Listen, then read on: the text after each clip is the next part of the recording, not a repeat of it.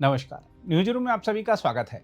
कश्मीर को लेकर बांग्लादेश की एक दुस्साहसी हरकत पर भारत ने तुरंत और बेहद सख्त जवाब देकर साफ कर दिया है कि जम्मू कश्मीर पर गलत बयानबाजी या भ्रामक प्रस्तुति कतई बर्दाश्त नहीं की जाएगी।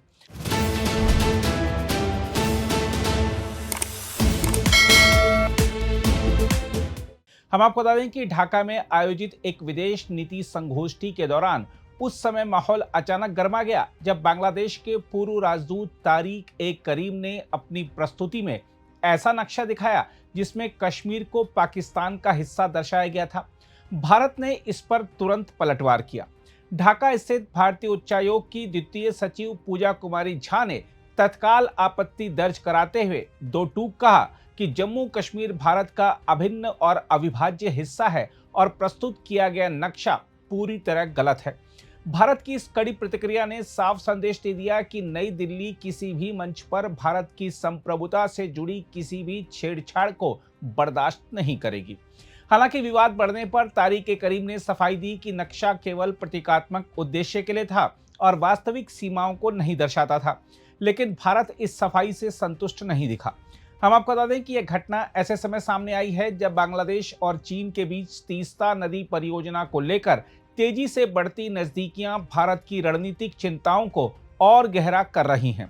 दरअसल बांग्लादेश के प्रधानमंत्री तारिक रहमान की चीन यात्रा के दौरान दोनों देशों के बीच तीस्ता नदी व्यापक प्रबंधन और पुनर्स्थापन परियोजना पर व्यवहार्यता अध्ययन का समझौता हुआ है। यह परियोजना केवल नदी प्रबंधन तक सीमित नहीं है, बल्कि इसके जरिए चीन बांग्लादेश में अपना रणनीतिक प्रभाव तेजी से बढ़ाना चाहता है। हम आपको बता दें कि तीस्ता नदी सिक्किम और पश्चिम बंगाल से गुजरते हुए बांग्लादेश पहुंचती है और भारत के अत्यंत संवेदनशील सिलीगुड़ी गलियारे के बेहद करीब बहती है। यही कारण है कि भारत इस परियोजना को केवल जल प्रबंधन का मामला नहीं, बल्कि राष्ट्रीय सुरक्षा से जुड़ा मुद्दा मान रहा है। विशेषज्ञों का मानना है कि चीन समर्थित यह परियोजना भविष्य में भारत के लिए गंभीर सुरक्षा चुनौती बन सकती है। तीस्ता नदी कई स्थानों पर भारत की सीमा से मात्र 10 से 12 किलोमीटर की दूरी पर बहती है और यह पूरा इलाका चिकन नेक यानी सिलीगुड़ी गलियारे के बेहद करीब स्थित है। यह वही संकरा भूभाग है जो पूर्वोत्तर भारत को देश के बाकी हिस्सों से जोड़ता है। यदि इस इलाके में किसी भी प्रकार की अस्थिरता या बाहरी दखल बढ़ता है तो उसका सीधा असर भारत की सामरिक सुरक्षा पर पड़ सकता है। चीन की सरकारी कंपनी पावर चाइना इस परियोजना से जुड़ी हुई है। इस कंपनी पर पहले भी एशिया और अफ्रीका में दोहरे उपयोग वाली आधारभूत परियोजनाएं खड़ी करने के आरोप लगते रहे हैं। आशंका यह है कि नदी प्रबंधन और आधारभूत निर्माण के नाम पर चीन इस क्षेत्र में अपने तकनीकी विशेषज्ञों और इंजीनियरों की स्थायी मौजूदगी बढ़ा सकता है। भारत के लिए चिंता की सबसे बड़ी वजह यही है कि यह पूरा इलाका उसकी रणनीतिक दृष्टि से बेहद संवेदनशील सीमा के आसपास स्थित है। तीस्ता परियोजना का आकार भी विशाल है। बांग्लादेश इस योजना के तहत करीब 14 करोड़ घनमीटर गाद निकालना चाहता है। इसके अलावा 171 वर्ग किलोमीटर भूमि पुनः प्राप्त करने, 82 घाट बनाने और 224 किलोमीटर सड़क नेटवर्क विकसित करने की योजना है। नदी किनारे पर्यटन, सिंचाई, आर्थिक क्षेत्र और शहरी केंद्र विकसित करने की भी तैयारी है। बांग्लादेश का दावा है कि इससे बाढ़ नियंत्रण, कृषि उत्पादन और रोजगार में भारी सुधार होगा। बांग्लादेश ने चीन का साथ क्यों चुना? इसके पीछे दो प्रमुख कारण बताए जा रहे हैं। पहला कारण यह है कि इतनी विशाल परियोजना के लिए भारी वित्तीय निवेश और तकनीकी विशेषज्ञता की जरूरत है, जिसमें चीन पहले से अग्रणी माना जाता है। दूसरा कारण भारत और बांग्लादेश के बीच तीस्ता जल बंटवारे को लेकर वर्षों से चला आ रहा गतिरोध है। बांग्लादेश लंबे समय से नदी के पानी में अधिक हिस्सेदारी मांगता रहा है, लेकिन पश्चिम बंगाल की आपत्तियों के चलते कोई अंतिम समझौता नहीं हो पाया।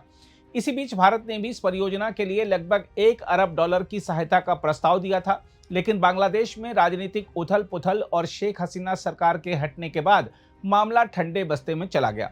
इसका फायदा उठाते हुए चीन ने तेजी दिखाई और ढाका ने बीजिंग के साथ सहयोग फिर से सक्रिय कर लिया। भारत ने हालांकि अब भी अपना रुख पूरी तरह स्पष्ट रखा है। विदेश सचिव विक्रम मिस्री कह चुके हैं कि भारत गंगा और तीस्ता सहित सभी जल समझौतों पर बांग्लादेश के साथ बातचीत जारी रखेगा। वहीं विदेश मंत्रालय के प्रवक्ता रणधीर जायसवाल ने भी साफ कहा है कि भारत ने तीस्ता परियोजना को लेकर अपनी चिंताएं ढाका तक पहुंचा दी हैं और नई दिल्ली इस मामले से जुड़े हर घटनाक्रम पर नजर रख रही है। बहरहाल कश्मीर पर बांग्लादेश की हिमाकत और उसके बाद तीस्ता परियोजना में चीन की बढ़ती घुसपैठ ने दक्षिण एशिया की राजनीति को नया मोड़ दे दिया है। भारत ने साफ संकेत दे दिया है कि वह अपनी संप्रभुता और रणनीतिक हितों पर किसी भी प्रकार की चोट बर्दाश्त नहीं करेगा। आने वाले समय में तीस्ता केवल जल बंटवारे का विवाद नहीं रहेगा, बल्कि यह भारत, चीन और बांग्लादेश के बीच रणनीतिक शक्ति संतुलन का अहम केंद्र बन सकता है। अगर आप भी लेना चाहते हैं देश दुनिया की तमाम जानकारी तो आज ही सब्सक्राइब करें हमारे चैनल को। साथ ही नीचे दिए बेल आइकन को जरूर दबाएं ताकि हर अपडेट आप तक पहुंच सके।